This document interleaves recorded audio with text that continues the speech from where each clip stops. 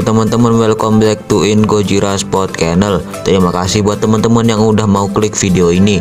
Kali ini Aing mau bahas film lagi yang adalah kelanjutan dari film yang kemarin Aing bahas. Film ini berjudul The Final Destination atau dengan judul lain Final Destination 4, karena film ini adalah sequel keempat dari seri Final Destination yang lain.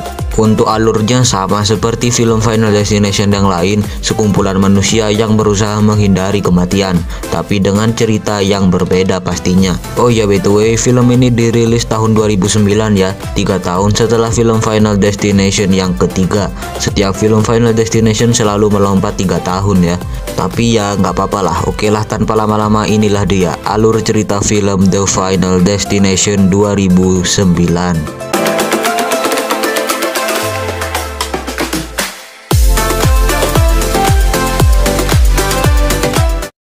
Film diawali dengan diperlihatkannya sebuah mobil-mobil yang sedang balapan. Lalu ada 4 karakter kita bernama Janet, Han, Lori, dan Nick. Mereka sebenarnya mau izinnya kuliah, tapi mereka malah bolos dan pergi ke balapan mobil. Mereka terlihat senang dan menikmati pemandangan para mobil yang berlaju dengan sangat cepat. Hingga ada seorang wanita yang memasukkan beberapa tampol ke para kuping para anaknya. Namun Nick merasa ada hal-hal yang aneh-aneh. Hingga ada sebuah mobil, kemudian mobil tersebut pun sedang isi bensin, namun ia tak lihat-lihat dan langsung gas aja, ketakutan mau ketinggalan. Hingga sebuah obeng pembuka alat pengisian BBM pun masih nyangkut di sana, dan karena mobil bergetar membuat obeng tersebut pun terjatuh. Dan saat lingkaran mobil tersebut kembali, menyebabkan mobil berangka 6 tersebut pun bannya meleduk karena terkena obeng, dan alhasil mobilnya pun berguling-guling, dan disinilah dimulai.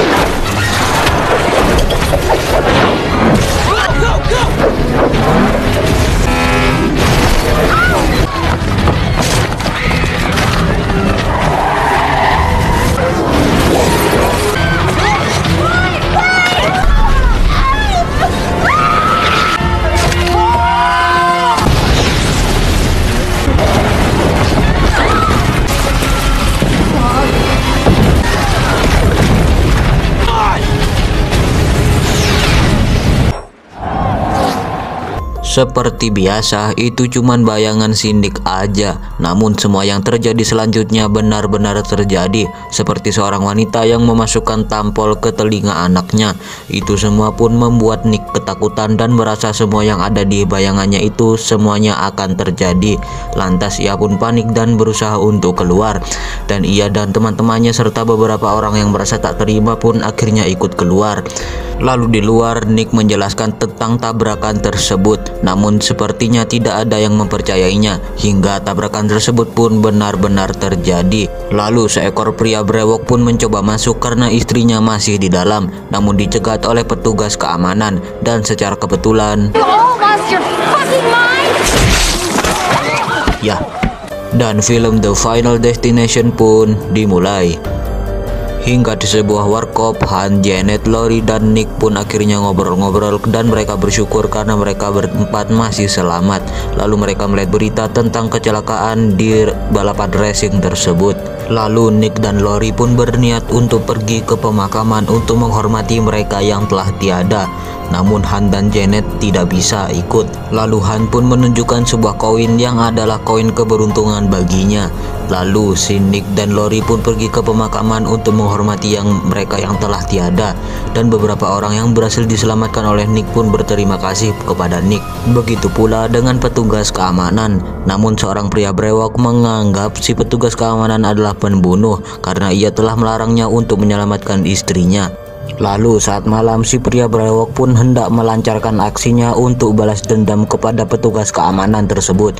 Ia hendak untuk membakar rumahnya, begitu pula dengan orangnya. Namun saat ia sedang memarkirkan mobilnya, tiba-tiba efek domino pun terjadi dan menyebabkan mobilnya jalan sendiri. Ia pun berusaha mengejar mobilnya namun tak bisa, hingga ia pun terseret sebuah rantai yang berada di bawah mobilnya. Ia pun terseret, dan karena gesekan antara besi dan aspal menyebabkan percikan api yang membuat rantai tersebut terbakar. Begitu pula dengan si pria brewok, hingga si petugas keamanan pun keluar dan mengecek keadaan, dan terlihat si pria brewok pun sudah terbakar dan mobilnya pun meledak, dan begitu pula dengan si pria brewok. dan pria brewok pun musnah. Lalu Nick Lori pun menonton TV dan melihat berita tentang kematian si pria brewok. Lalu Nick melihat ada sebuah pintu yang amat sangat persis dengan pintu yang ia lihat di mimpinya semalam. Hingga tiba-tiba Nick pun mendapat penglihatan yang beginilah kira-kira. Lalu Nick merasa bahwa belakangan ini dirinya merasa seperti aneh semenjak ia melewati kematian di kecelakaan balapan tersebut.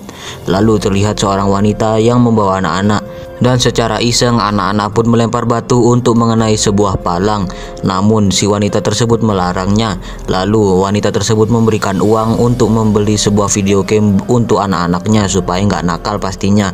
Sedangkan wanita tersebut ingin ke spa untuk potong rambut pastinya. Namun saat potong rambut ia selalu mendapat hal-hal yang aneh-aneh. Lalu anak-anaknya pun datang untuk menjemput ibunya. Lalu ibu dan anak-anak tersebut pun hendak pulang. Namun tiba-tiba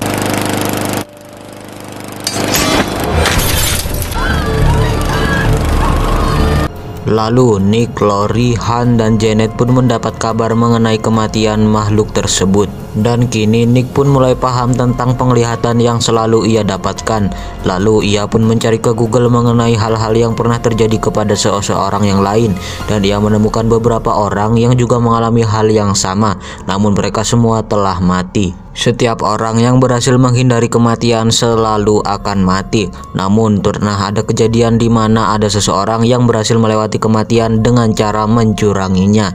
Lalu Nick berpikir untuk mencurangi kematian. Namun si Han tidak mempercayai Nick dan mereka semua dan menganggapnya omong kosong.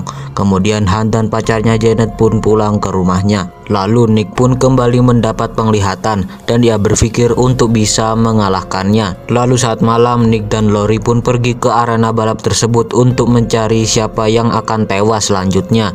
Namun mereka tiba-tiba dikejutkan dengan si penjaga keamanan. Awalnya si penjaga keamanan tak percaya, namun ia berusaha untuk membantunya dan ia pun menunjukkan rekaman CCTV saat kejadian tersebut berlangsung. Dan kini Nick mengerti urutannya. Yang pertama adalah pria mekanik yang tertusuk sapu lidi, kemudian Han dan si Janet yang tertimpa reruntuhan gedung, lalu si penjaga keamanan dan Lori yang terkena ledakan mobil, kemudian si Nick yang tertusuk sebuah pagar bagang. Kemudian mereka berpikir untuk menghentikan kematian si pria mekanik, dan dengan hal tersebut menyebabkan kematian mereka semua pun tercurangi dan mereka semua akan selamat.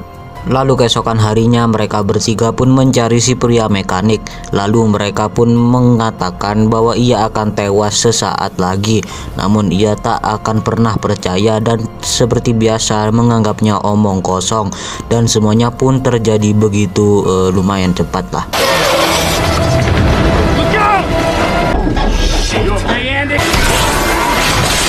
Lalu mereka bertiga pun akan mencari korban yang selanjutnya, yaitu Han dan Janet. Tapi mereka tak tahu siapa yang akan mati duluan.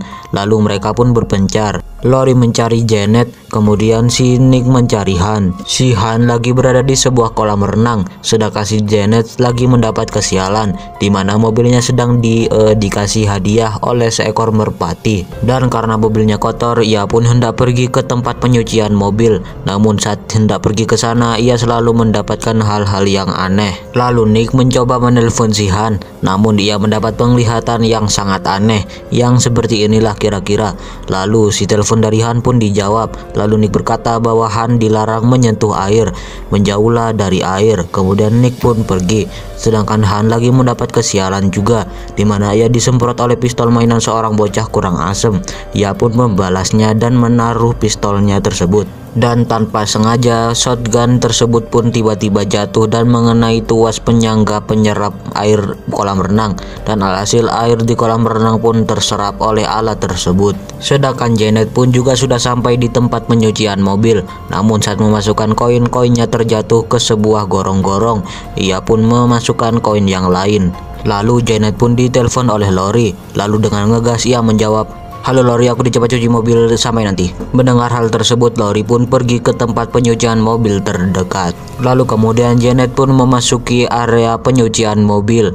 Namun saat masuk di area penyucian mobil, antena mobilnya pun akhirnya tergesek alat penyuci mobil dan menyebabkan listrik di tempat tersebut konslet. Lalu Lori pun kembali menelpon si Janet dan berkata untuk jangan mendekati air, menjauhlah dari air. Dan alhasil Janet pun terjebak di tempat penyucian mobil tersebut. Sinyal pun ikut lenyap dan atap yang dari tadi rusak pun akhirnya terbuka dan sebuah pipa pun kebetulan meledak dan menyebabkan air pun meluber di dalam mobil si Janet. Janet pun tenggelam di dalam mobilnya. Lalu sebuah bola glove seseorang pun tiba-tiba mendarat tepat di sebuah koin yang dibawa oleh si Han. Dan alhasil koin keberuntungannya tersebut pun terjebur ke dalam kolam renang dan terserap sebuah lubang penghisapan. Ia pun mencoba mengambil koinnya namun ia pun ikut terserap. Sedangkan si Janet pun mencoba keluar dari mobilnya, kepalanya malah terjebak. Apalagi ia pun sedang mendatangi mesin pencabik kepalanya. Ia pun hampir saja tewas. Namun si Lori dapat datang tepat waktu dan menorong mobilnya dan mengeluarkan si Janet. Dan hampir saja pala Janet pecah kena pipa yang jatuh. Namun ia pun berhasil selamat berkat si Lori. Sedangkan di kolam renang, si Nick pun juga sudah sampai. Namun ia tidak menemukan si Han. Ya jelaslah dia kan di dalam air nggak kelihatan. Sedangkan si Han di dalam air mulai sakaratul maut karena dia sudah tidak tahan dengan tarikan dari lubang tersebut. Dan alhasil ia pun ambyar. Sedangkan kini adalah giliran si penjaga keamanan. Namun ternyata si penjaga keamanan sudah merasa rela jikalau dia akan meninggal karena keluarganya sudah menunggu di sana. Kemudian saat malam si penjaga keamanan pun mencoba untuk bunuh diri. Sedangkan di rumah Nick dan Lori pun berpikir jikalau Lori berhasil menyelamatkan Janet, berarti rantai kematian pun akhirnya telah terbebas. Dan berarti mereka semua telah berhasil mencurangi kematian. Mendengar kabar tersebut, mereka berdua pun langsung pergi ke rumah si penjaga keamanan untuk memberitahukan informasi yang membahagiakan ini. Namun saat ditemukan, si penjaga keamanan sudah gantung diri. Namun ajibnya dia masih hidup dan talinya pun terputus. Lalu ia pun menjelaskan kepada Nick dan Lori bahwa ia telah berusaha bunuh diri seharian ini, memberikan Tuhan apa yang dia inginkan. Namun Lori dan Nick menjelaskan bahwa rantai kematian sudah hilang karena si Lori berhasil menyelamatkan Janet. Mendengar hal tersebut, mereka bertiga pun berpesta pora. Mereka sangat senang mendengar hal tersebut. Lalu keesokan harinya si Nick terlihat lagi beres-beres. Mau kemana? Ya, si Nick dan Lori niatnya mau pergi ke Amsterdam, Belanda. Namun si Lori masih pergi ke mall untuk menghabiskan waktunya dengan si Janet. Mereka lagi jalan-jalan ke mall sekalian shopping dan niatnya mereka ingin nonton film di akhir-akhirnya nanti. Namun di rumah si Nick kembali mendapat penglihatan. Penglihatan, bukannya semuanya udah selamat.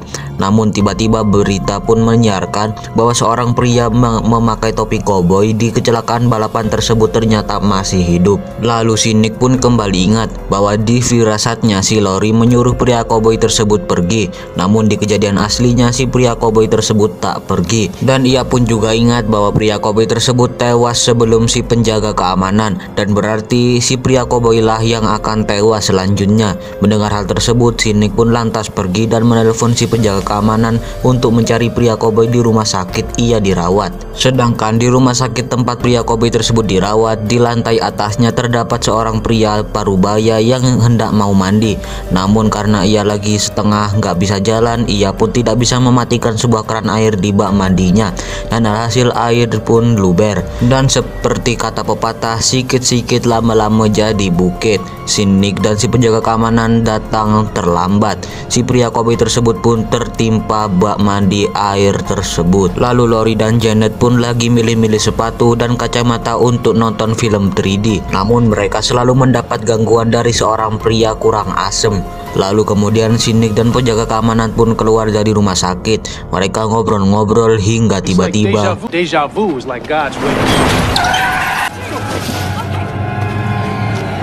sedangkan di mall, Lori dan Janet pun lagi bersiap untuk nonton film. Sedangkan di belakang panggung wayang terdapat beberapa pekerja yang sedang membetulkan barang-barang atau yang itulah renovasi intinya. Lalu mereka semua pun meninggalkan pekerjaan untuk makan siang dulu. Laper nih, 75 tahun gak makan. Mereka semua pun pergi. Kemudian Lori dan Janet pun menaiki sebuah eskalator. Namun sepatu yang dipakai oleh si Lori tiba-tiba nyangkut. Kemudian si mereka berdua pun mencoba untuk melepas sepatunya, namun akhirnya tali sepatunya pun putus. Sedangkan di tempat pekerja tadi sedang terjadi efek domino yang membangunkan. Tapi intinya cahaya matahari telah membakar sebuah pasir yang mudah terbakar. Lalu Lori dan Janet pun bersiap untuk nonton film. Sedangkan si Nick pun lagi nyetir mobil dengan ugal-ugalan. Namun dia mendapat firasat aneh di mana akan terjadi sesuatu di mall. Kemudian lantas ia pun langsung pergi ke mall. Sedangkan di belakang panggung wayang efek domino pun kembali terjadi. Lalu Lori dan Janet pun lagi nonton film. Namun si Lori merasa bahwa semua yang terjadi di panggung wayang tersebut sama persis yang terjadi di arena balap. Lalu si Lori menjelaskan perasaannya kepada si Janet. Tapi si Janet tak percaya karena semuanya sudah berakhir. Dan di belakang panggung wayang sedang terjadi hal yang seperti inilah kira-kira. Sedangkan si Nick dengan panik mencari si Lori dan Janet. Hingga ia pun akhirnya berhasil menemukan si Lori dan Janet dan mengajak Lori pergi. Namun si Janet tidak mau dan kengeyelan membawa kita ke liang lahat.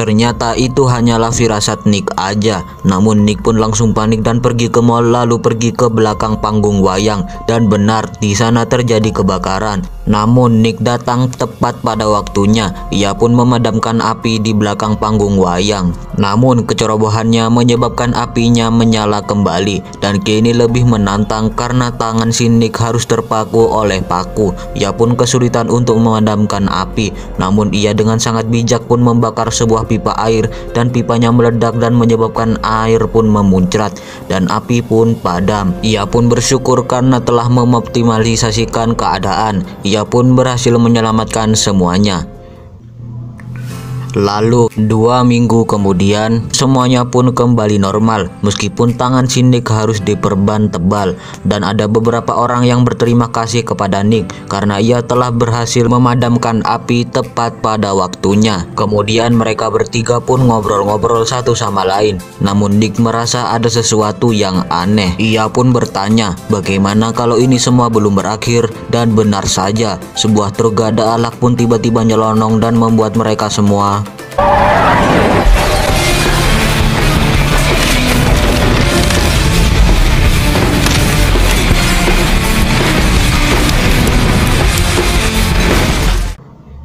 berakhir.